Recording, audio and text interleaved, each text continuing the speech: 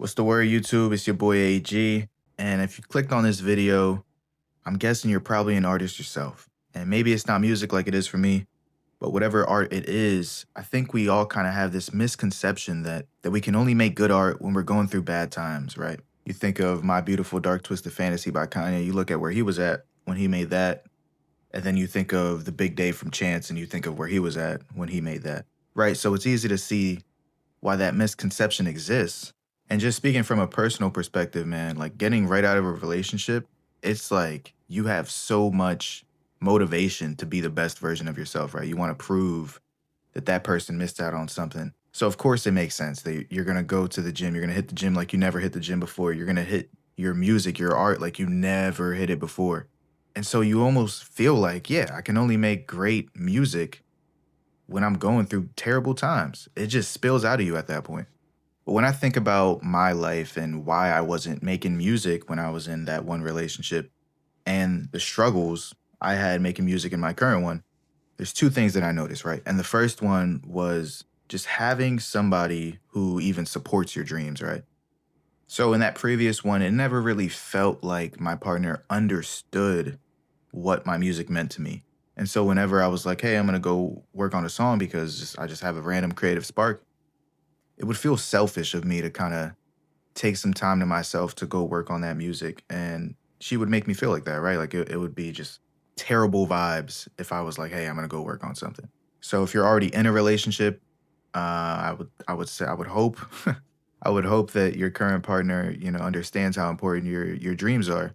But if you are single, I mean, just keep that in mind when you're starting a date and you're looking around for the person who you want to spend the rest of your life with. Make sure that you're making it an early priority in the relationship that she's aware how important your music is to you. Because of course, right now, it's a hobby, but in order for it to graduate from a hobby to your dream job to be what you're actually being able to support yourself with, you need to spend that time working on your craft, right? And you're only going to be able to spend that time working on your craft and still be in a healthy relationship is if she understands and gives you the space to do so.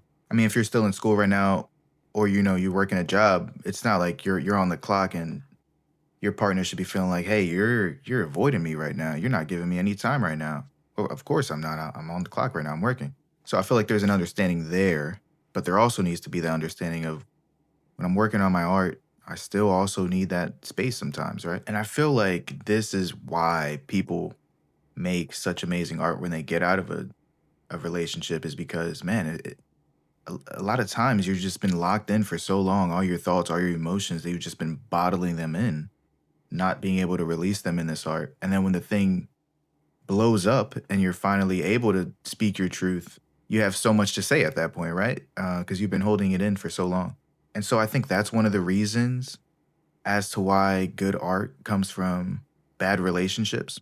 But let me tell you, being in a healthy relationship now, I don't know if there's a better feeling than having somebody there to push you to be better. So, God willing, if you are in a relationship right now, your partner is pushing you to be better in every way and supporting your dreams. And if you're not, hopefully the next person you do find yourself dating, they also are like that. But even when you find yourself in a relationship like this, you can fall into another pitfall. It's very easy, right? It's the pitfall of complacency, right? I mean, when you get in a good relationship, man, it is super, super easy to just let yourself go, to just stop grinding, to stop working on yourself as hard because now you have somebody who's basically there and who's gonna love you and support you really no matter what, right? And so I had been single for about a year before I got into my current relationship. And so during this year of being single, I was working and working and working. So I had a bunch of music kind of already ready. So when I got into the relationship and I got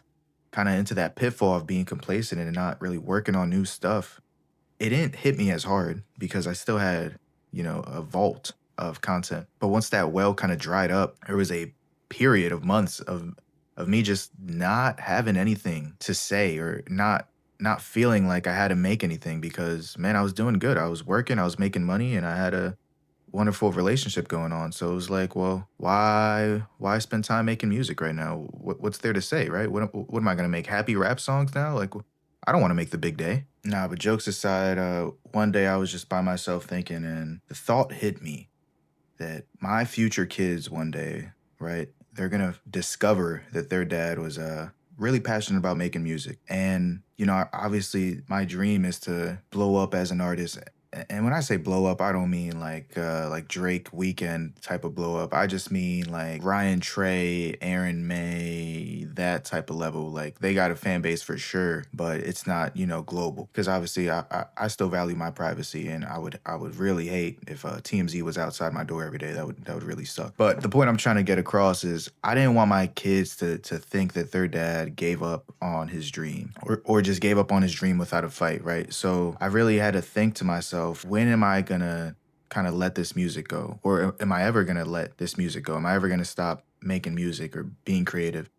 And the answer was no, right? Like maybe that creativity would translate to something else. Maybe it won't be music. Maybe I'll be a photographer, or I'll get into painting or something. Who knows? But the point of the matter was, I still want to be creative, right? The confidence I get I get for myself when I create something like I really love, or just the process of making something. Like, you hear a beat, you're like, wait, hold on a second. You hear a sample and you see what you could possibly do to that. Or when I'm writing a song and I start rapping and I'm like, holy, oh man, this is something. I love that feeling, man. And it's an even better feeling when you see somebody, listen to your music and you see the impact it has on them. I don't want to stop feeling that impact. I love the effect that music has on people, right? I would never want my kids to feel like their dad just gave up on music. And so when I had that realization, I needed to have a conversation with myself.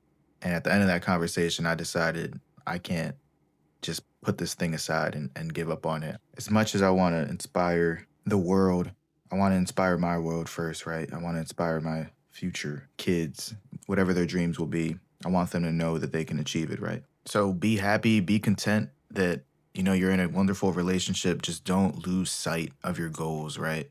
Keep working towards them day by day. Don't feel like you need to be in a bad thing to make great art. That's all I got for today. Thank you for watching. If you enjoyed, obviously give it a like, maybe comment your thoughts if you feel the same way. And feel free to subscribe if you aren't already. That's all I got, though. Have a blessed day. Yeah, take care.